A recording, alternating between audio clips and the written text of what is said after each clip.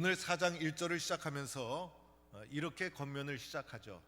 그러므로 주 안에서 갇힌 내가 너희를 권하노니. 이렇게 4장 1절이 시작이 됩니다. 오늘 여러분은 성경을 확인을 하면서 제 말씀을 경청해 주시는 거예요. 저는 성경을 잘 풀어서 여러분에게 전달해 드리는 거고, 여러분은 성경의 권위에 의존해서 제 말씀을 아멘으로 잘 수용할 때 믿음의 싹이 나고 성장을 하게 되는 거예요. 그러므로라는 것은 결론을 말해주는 거예요. 결론을. 그 다음에 이제 주 안에서라는 것은 이제 바울이 세상의 학문과 경험을 말하는 것이 아니라 주 안에서, 그러니까 예수님의 마음으로, 예수님의 심정으로 예수님의 뜻을 그들에게 전달해 준다라고 할 수가 있어요. 갇힌 내가, 이것은 현재 바울의 상황을 말해주는 것이죠. 감옥에 갇힌 이 사도 바울이 너희를 권하노니, 너희는 에베소에 있는 성도들에게 권하는 거예요. 호소하는 거예요. 아주 강력하게 그들에게 권면하는 거예요. 성도들이 어떻게 해야 되는지를 아주 간곡하게 권면하고 있다라고 할 수가 있어요. 그러면 바울이 도대체 권면하는 것이 무엇일까? 이어지는 말씀을 보니까 이렇게 권면하고 있어요. 너희가 부르심을 받은 일에 합당하게 행하라. 그죠? 그렇게 쓰여져 있죠, 말씀에. 너희가 부르심을 받은 일에 합당하게 행하라. 여기서 가장 중요한 단어가 무엇일까? 여기서 가장 중요한 단어는 부르심이라는 단어예요. 부르심이라는 단어. 그래서 사도 바울이 여기서 부르심이라는 단어를 의도적으로 사용한 거예요. 그래서 이 부르심이라는 것은 성도의 신분을 설명하는, 이 성도의 삶을 아주 간통하는 아주 단어가 부르심이라는 단어라 할 수가 있어요. 콜링이라고도 하죠. 그렇게 영어에는 기록이 되어 있더라고요. 그래서 우리의 변화된 신분, 그것을 부르심 받은 자다. 그래서 우리는 세상 속에서 세상만 바라보고 세상에 소망을 두고 세상 의지하며 살아왔던 나를 어느 날 하나님께서 선택해 주시고 하나님의 품으로 불러주신 부름받은 자, 부르심을 받은 자가 바로 성도들이다. 그래서 이 부르심이란 단어를 의도적으로 사용하고 있는 거예요. 그래서 오늘 이 말씀 앞에서 나는 부르심을 받은 자인가? 나는 하나님으로부터 부르심을 받은 자이다. 이런 부르심에 대한 확신과 믿음이 우리 속에 있어야 되는 것이죠. 그런데 바울은 이 부르심이라는 용어를 사용하면서 부르심은 도대체 누구를 통해 우리를 부르시는 것일까? 하나님이 부르시는데 하나님은 예수님을 통해서 우리를 불러주시는 거예요. 그래서 예수님을 통해서 우리의 한 사람 한 사람을 하나님의 자녀로 불러주시게 되는데, 예수님을 통해서 불러주시는 과정 속에서 부르심을 경험할 때 우리의 내면 속에서 일어나는 사건이 있어요. 나만이 아는 사건, 내 내면 속에서 일어나는 영적인 사건이 아주 격렬하게 일어나게 되는데, 그 중에 하나가 이제 사랑을 체험하게 돼요. 세상에서 사랑받지 못하고 세상에서 시기 경쟁 속에 살아왔던 나를 십자가의 사랑으로 불러주시고 품어주시는, 세상에서 비교할 수 없는 절대적인 십자가의 사랑을 마음속에 경험하게 되는 거예요. 이런 사건이 부르심의 과정에서 내 마음속에서 폭발적으로 일어나게 되는데, 그때 우리들은 나는 하나님의 예수님을 통한 사랑을 받은 자이구나. 이 사랑에 대해서 아주 격렬한 내적인 사건이 우리 속에서 일어나는 거예요. 또 하나 사건이 일어나는데, 그것은 내면 속에서 영적인 용서의 사건이 일어나는 거예요. 용서. 그래서 예수님을 이제 영접했을 때 부르심을 경험하는 과정 속에서 죄 많고 많은 나를 십자가의 사랑으로 주님이 용서해 주셨구나. 용서받지 못할 나를 주님이 용서해 주셨구나. 죄 용서를 경험하게 되면서 이런 과정 속에서 회개가 일어나고 통에 자복하고 눈물이 쏟아지고 격한 감정을 느끼고, 이런 부르심의 경험이 이 과정 속에서 일어나게 되는 거예요. 이 모든 것을 한마디로 표현하면 은혜 받았다, 이렇게 표현하는 거예요. 그래서 우리들은 부르심을 받고 은혜를 경험한 자다라고 할 수가 있고, 오늘 이 말씀은 이렇게 부르심을 받고 은혜를 경험한 성도들에게 해주시는 말씀이다라고 할 수가 있어요. 그러니 이 말씀은 누가 들어야 될 말씀? 오늘 이 자리에 있는 우리들이 들어야 될 하나님의 말씀이다, 음성이다, 이런 마음을 가지고 우리가 경청해야 되는 거예요. 자, 부르심이란 단어 다음에 또 중요한 단어가 하나 더 나오죠. 합당하게. 이 단어가 또 중요한 거예요. 부르심에 합당하게. 그렇죠, 여러분? 합당해야 되잖아요. 초등학교 학생은 초등학교 학생답게, 또 중학생이면 중학생답게, 대학생이면 대학생답게. 대학교 들어가니까 이제 지성인 이런 표현을 하던데, 그런 지성인답게, 또 결혼하고 나면 가정을 이룬 이 성인답게, 그죠? 아빠 엄마가 되었으면 아빠답게, 이 답게, 이게 중요한 거예요.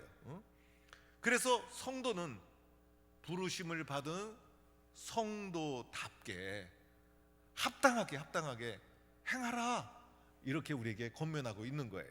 우리가 부름받은 성도인데 성도답게 행동해야 되잖아요.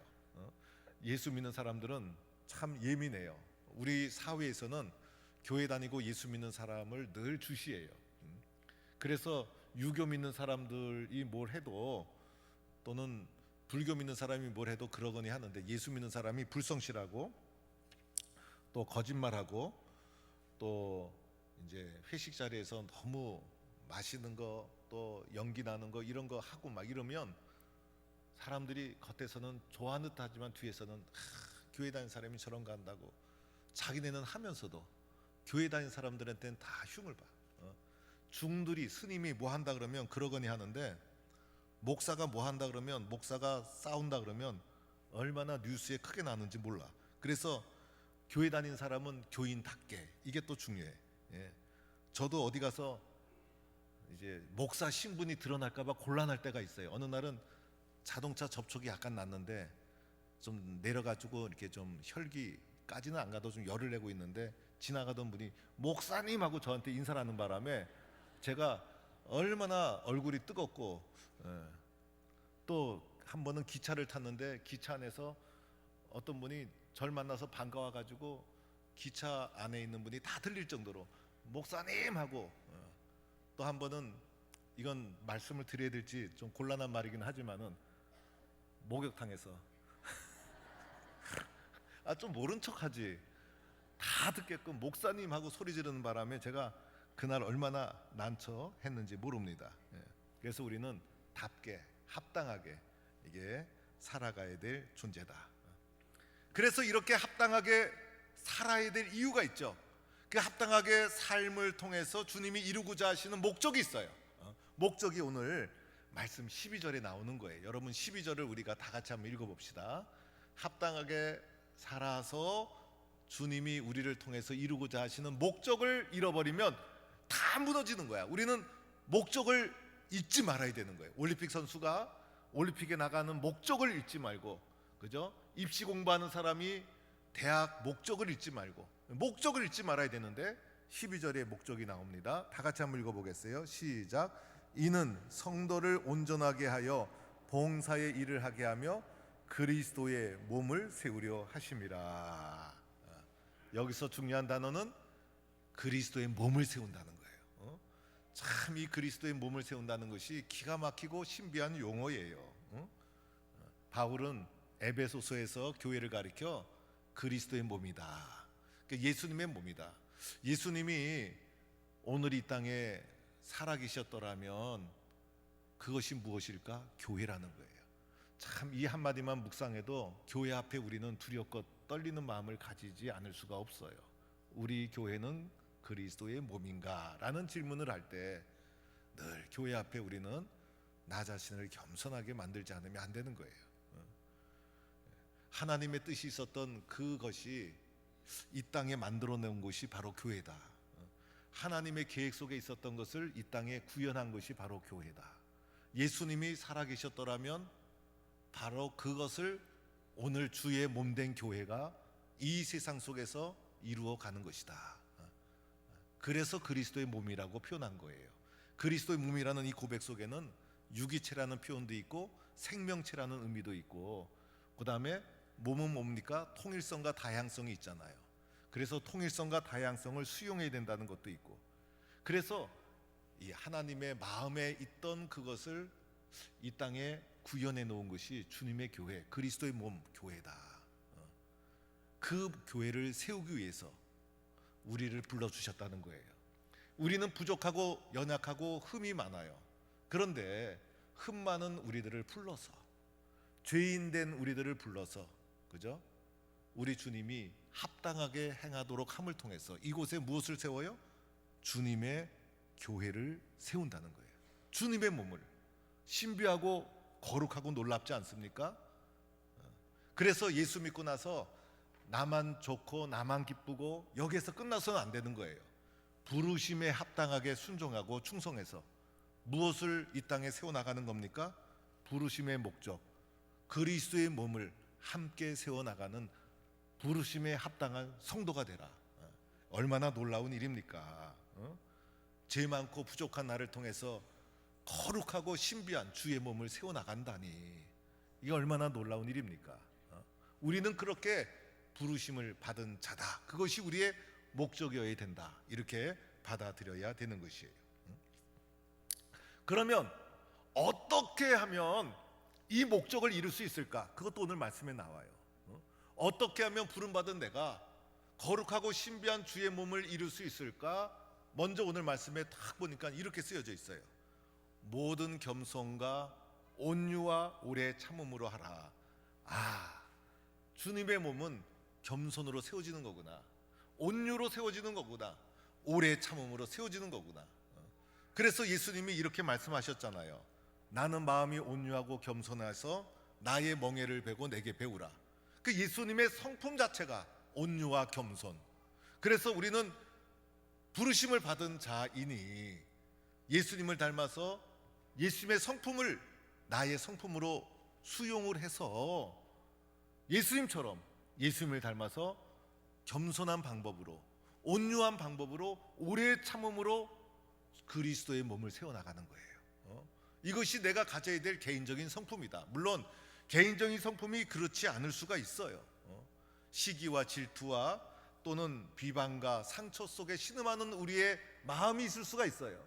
그러나 그런 마음이 올라올 때마다 내가 부르심을 받은 자이지, 기도와 말씀으로 물리치는 거예요.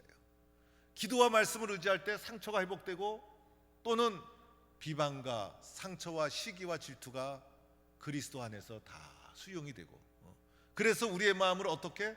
겸손과 온유와 오래 참음으로 만들어서 이 겸손과 온유와 오래 참음을 통해서 사랑과의 관계 속에서 사랑 가운데 서로 용납. 사랑 가운데 사랑이 없으면 용납이 안 되는 거예요. 사랑이 없으면 서로가 수용할 수 없는 거예요. 사랑 가운데 서로 용납하고 평안에 매는 줄로. 세상은 평안하지 않아요. 그러나 교회 그리스도 안에 있는 우리들은 평안을 함께 누리는 거예요. 그런데 평안이 깨어질 수가 있어요. 그래서 성령께 의지할 수밖에 없는 거예요. 나의 힘으로 부족하고 나의 힘으로 연약해서 성령님의 도우심을 구하며 평안에 매는 줄로 하나 되게 하신 것을 힘써 지키라. 힘써 지키라는 것은 끊임없이 오늘도 노력하고 힘써라 라는 뜻이에요. 그렇죠, 여러분.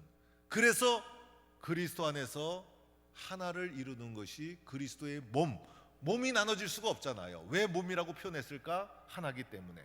그래서 예수님도 한 분, 성령님도 한 분, 하나님도 한 분, 교회도 하나. 그래서 우리들은 하나로 승부하는 인생, 한 가지 잘 믿는 성도, 한 가지 잘하는 성도, 한 가지로 인생을 살아가는 거예요. 한 가지가 잘 되면 모든 것이 다 풀려. 그런데 인생을 살다 보면 한 가지가 안 풀려서 인생이 꼬여. 그래서 한 가지로 성공하고 이 하나로 우리의 인생을 잘 뿌리 깊게 만들어 가야 되는 거예요. 이런 가운데 교회 안에는 뭔가 지체니까 다양성이 있어요. 다양성. 그래서 다양한 은사를 가지고 교회를 섬기는 거예요. 사람마다 기질과 은사가 다 다르잖아요. 그래서 어떤 사람은 오늘 말씀에도 보니까 사도로 부르심을 받고, 어떤 사람은 선지자로, 어떤 사람은 복음 전하는 자로, 어떤 사람은 목사와 교사로 부르셨다는 거예요. 다양성을 인정하라. 다양성을 인정하다는 것은 나와 다르다는 것을 인정해야 돼요. 나와 다르다는 것이 인정되지 않으면 하나가 될 수가 없어요. 다양성을 인정하고 그리고 다양하게 봉사하는 거예요. 오늘 말씀에는 이렇게 표현되어 있지만은 오늘날 교회의 기능은 더 복잡해지고 다양해졌어요. 오늘 우리 교회도 보면 주중에도 교회가 항상 열려 있잖아요. 카페도 열려 있고 행복한 가게, 북카페도 열려 있고 문화교실도 진행되고, 서울에 있는 어느 목사님이 주중에 저희 교회에 오셨다가 평일날 왜 이렇게 사람이 많냐는 거예요. 그래서 저분들이 다 교회 성도들이냐는 거예요. 그래서 저분들이 다 우리 교회 성도면 나는 얼마나 좋겠는고. 그런데 우리 교회는 주중에도 봉사하는 분들의 손길을 통해서 지역을 향해서 선교적 목적을 가지고 교회를 열어놓고 있습니다. 그래서 교회는 끊임없이 지역 속에 파고들고 지역의 선교적 목적을 가지고 교회를 열어놓아야 되는 거예요. 그래야 지역에 있는 사람들이 자주 드나들면서 교회에 물이 들고 또 복음을 받아들이고 친화적인 생각을 하게 되고 전도 대상자로 되어지는 것이고, 어느 교회 가보니까 장로님들이 교회 청소를 은퇴하시고 나서 평일에 하고 있어요. 우리 교회도 토요일 되면 여전도에 회원들이 오셔서 이 넓은 예배당을 다 닦고 쓰는 거예요. 여러분들이 오늘 예배 드리는데도 나는 편하게 예배 드리지만은 뒤에서 예배를 위해서 돕는 많은 손길이 있어요. 우리 관현악단, 우리 악기, 피아노, 키보드, 오르간, 성가대, 오늘 성가대도 찬양을 참 잘해 주셨어요. 또 봉사위원, 주차 안내, 방송실, 또 헌금위원, 안내위원, 여러 부서가 다양한 모습으로 교회를 섬기고, 그래서 우리가 오늘도 예배를 잘 드릴 수가 있는 거예요. 교회 섬김은 직분에 관계없이, 그래서 직분을 계급으로 이해하면 그것은 교회의 세속화를 가져오는 거예요. 직분과 관계없이 그 직분으로 직분에 관계된 일을 하다가, 즉 장로님은 장로의 직분으로 당에 들어오셔서 당의 중요한 정책을 의결하는 데 참여했다가 당회에서 벗어나게 되면 한 사람의 성도로서 교회를 은사를 가지고 겸손하게 섬기는 거예요. 그죠? 이렇게 교회를 섬기는 과정 속에 교회는 부르심을 받은 자들이 다양성을 가지고 섬기다 보니 작은 일에도 상처받을 수 있어요. 그래서 작은 일일수록 상처 주면 안 돼요. 작은 상처가 받은 사람은 크게 받아들이는 거예요. 그래서 교회를 섬기면서도 다른 사람의 봉사와 섬김을 판단해서는 안 돼요. 잘한다 또는 못한다, 모토로 하느냐, 쓸데없는 것을 했네, 부정적인 용어와 마음을 표현해서는 안 되는 거예요. 서로의 마음을 갈라놓는 일이 되고 마는 것이고, 또 그런 일은 주로 누가 하느냐, 봉사를 직접 하지 않는 사람이 그렇게 말할 수가 있어요. 잘못된 것이죠. 교회를 섬기는 우리들이 해야 될 용어는 부족해도 아쉬워도, 그리고 조금은 아마추어여서 전문적이질 않아도 잘했네요, 너무나 잘했어요, 너무나 귀하게 했어요, 도와줄까요? 기도할게요, 우리 함께 해봅시다, 수고했습니다, 감사합니다, 우리 박수로 격려합시다. 이렇게 해주면 은사를 가지고 섬기면서 마음이 쫙 올라가서 더 기쁜 마음으로 한 마음을 만들어 낼 수가 있다라고 할 수가 있어요. 교회가 중요한 것이 결정하기 전에는 이렇게 합시다 저렇게 합시다 라고 의견이 나올 수 있지만, 일단 결정이 탁 되면 결정 앞에서는 절대 순종해야 돼. 그래서 힘을 합치고 마음을 합치면 한 마음이 된다면 이루지 못할 일이 아무것도 없는 거예요. 여러분, 문제는 해보지 않을 때 문제가 보이는 것이고, 하다 보면 문제는 다 안개처럼 사라지는 것이에요. 성경학교와 수련회가 있었죠.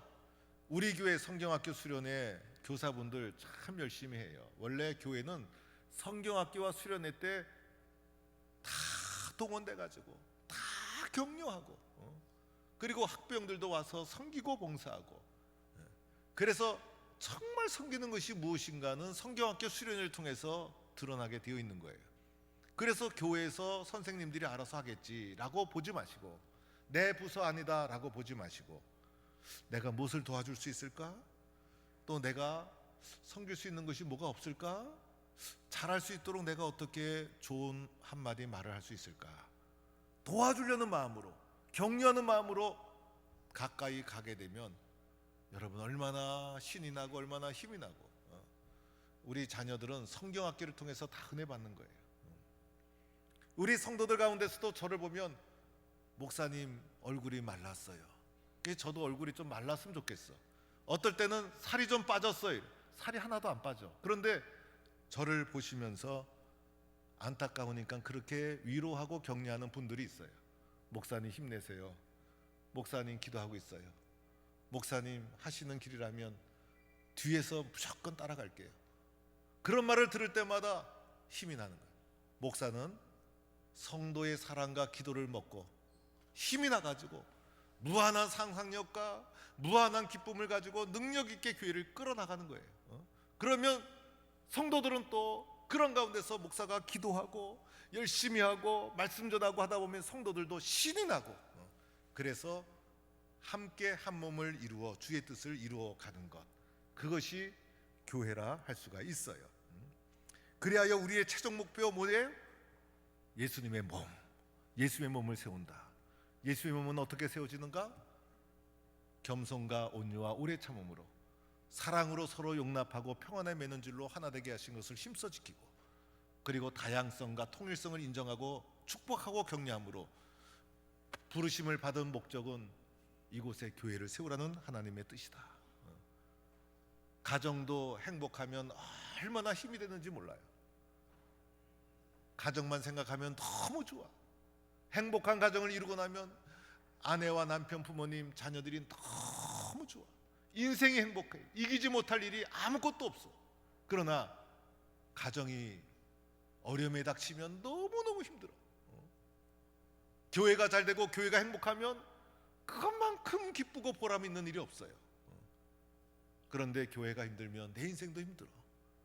그래서 최고의 기쁨과 최고의 축복은 주의 몸을 잘 이곳에 세워서 교회를 통해 주님이 주시는 은혜와 축복을 보람 있게 누리며 살아가는 것, 이것을 가장 소중한 주님의 은혜로 여기며 목적을 이루는 믿음의 길을 걸어가는 거예요.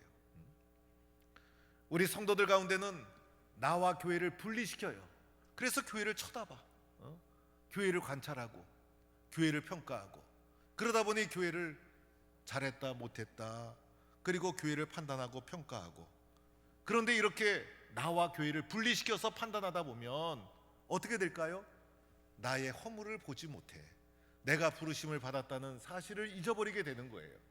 그리고 내 중심이 되는 거야. 예수님 중심이 아니라 내 중심이 되는 거예요. 그리고 나는 판단하는 자가 되고 마는 거예요. 그런데 성경은 그렇게 말하고 있지 않죠? 오늘 말씀도 보세요. 교회와 나를 어떻게 하라고? 동일시해라는 거예요. 그래서 나와 교회를 동일시하는 거예요. 그래서 부르심을 받은 내가 주님의 말씀에 순종해서 온유와 겸손과 오래 참음으로 주님 앞에 살아가는 나를 통해서, 그리고 사랑 가운데 서로 용납하는 나를 통해서, 평안에 매는 줄로 성령이 하나 되게 하신 것을 힘써 지키는 나를 통해서, 서로가 칭찬하고 격려하는 나를 통해서, 합당하게 순종하는 나를 통해서 이곳에 뭐가 세워집니까? 주님의 교회가 세워지는 거예요. 그리스도의 몸이 세워지는 거예요. 오늘도 우리 모두는 부르심을 받은 자예요. 부르심을 받은 나를 자격도 없고 또 아무 쓸모 없지만은 우리 주님은 나를 사랑해 주셔서 은혜로 나를 불러주시고, 부르심을 경험한 우리들은 은혜로 주님의 뜻에 순종해서 오늘도 이곳에 주님의 교회를 세워나가는 거예요. 우리가 은혜스러운 그리스도의 몸을 이곳에 세워나갈 때, 그리스도의 몸을 세워나가는데 쓰임받았을 때 무한한 하나님이 주시는 은혜와 축복이 함께 오게 되는 거예요.